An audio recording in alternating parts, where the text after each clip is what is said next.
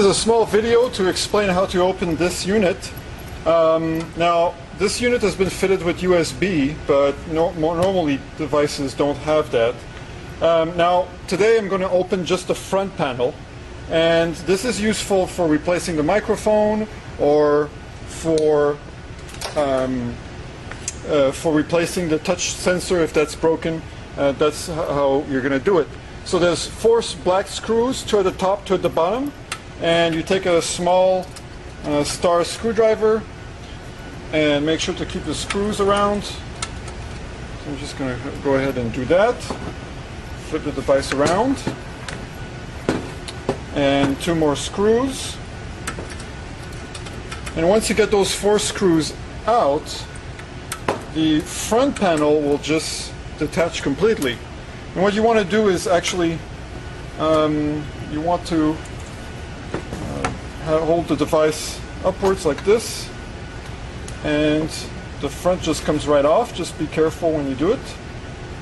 And you want to be careful just to pull it straight forward and then down. And you'll notice that there's 2 ribbon connectors, and that's all that's holding the front panel from the rest of the device.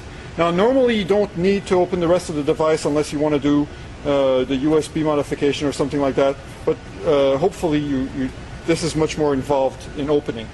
Now, just the front device is much easier. Okay, so the 2 ribbons here, you'll mostly never have to disconnect them. And if you want to access the board, first of all, the microphone is on the bottom left here, and if you want to open and get access to the display or the microphone, what you're going to have to do is disconnect the screen. Now, the LCD panel is connected by this connector, and what you do is you pull the plastic upwards, and then the connector just falls right off, like this. And same thing for the touch sensor, which is right here. It's a small 4-pin connector. You just lift the plastic up a little bit, and then the connector falls right off. And then the last part is there's 2 more connectors, one for the power and one for the ground. So I'm going to pull the power out very nice and slowly. So power is disconnected, and the ground is 1 star screw. So I'm going to go ahead and remove the ground. Again, just make sure to keep the screws around. So now that I have everything disconnected, basically the touch screen underneath is disconnected from the main board. Now, in order to remove the main board, there's 4 screws, actually 6 screws, 4 on the top, 2 on the bottom, and I'm going to go ahead and remove those. 1,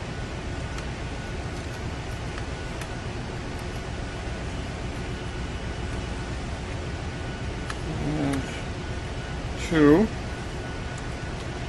Now, once you get these 6 screws removed, the board is still attached by 6 different snap-ons, so there's still more work to be done. So, almost done here with the screws.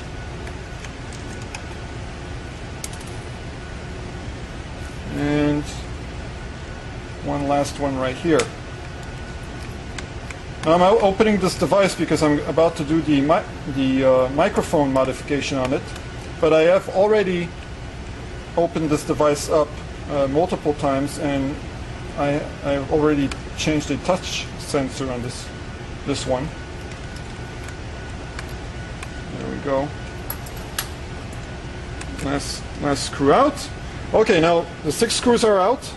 There are a bunch of snap-ons. There's 2 in the back, 4 here, and then the rest of the case holds the board together. So what you want to do is very gently kind of pry the board loose, and this will take a little bit of patience. I use a flat screwdriver and just kind of go on the side of the board and kind of unsnap it one by one. And up, so this side of the board just popped out. And I'm going to do the same on this side. Just be really careful and take your time.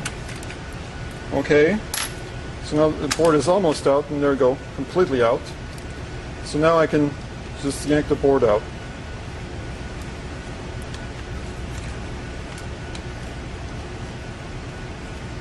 So just want to pass the power connector through right here. And you'll see on the other side of the board are most of the buttons, the LCD panel, and the SD card reader. So the main board is connected with one of the ribbons, and the SD card reader is connected with the other. So I'm just going to leave the main board right here. And you'll notice on the upper left you have the microphone that is fully visible. And now we have the LCD panel. The LCD panel is easy to remove. Just give it a push from underneath. And there we go. And the touch screen is, if you pull it apart, you can pull the touchscreen right apart from the LCD panel. Now just be careful that there's no dust or fingerprints in between the two, because obviously you'll never be able to, once it's all installed, you'll never be able to clean it back up. Okay, so I'm going to put everything back in place here, because I don't need to change the LCD panel in this case. So I'm just going to put the LCD panel back in its slot.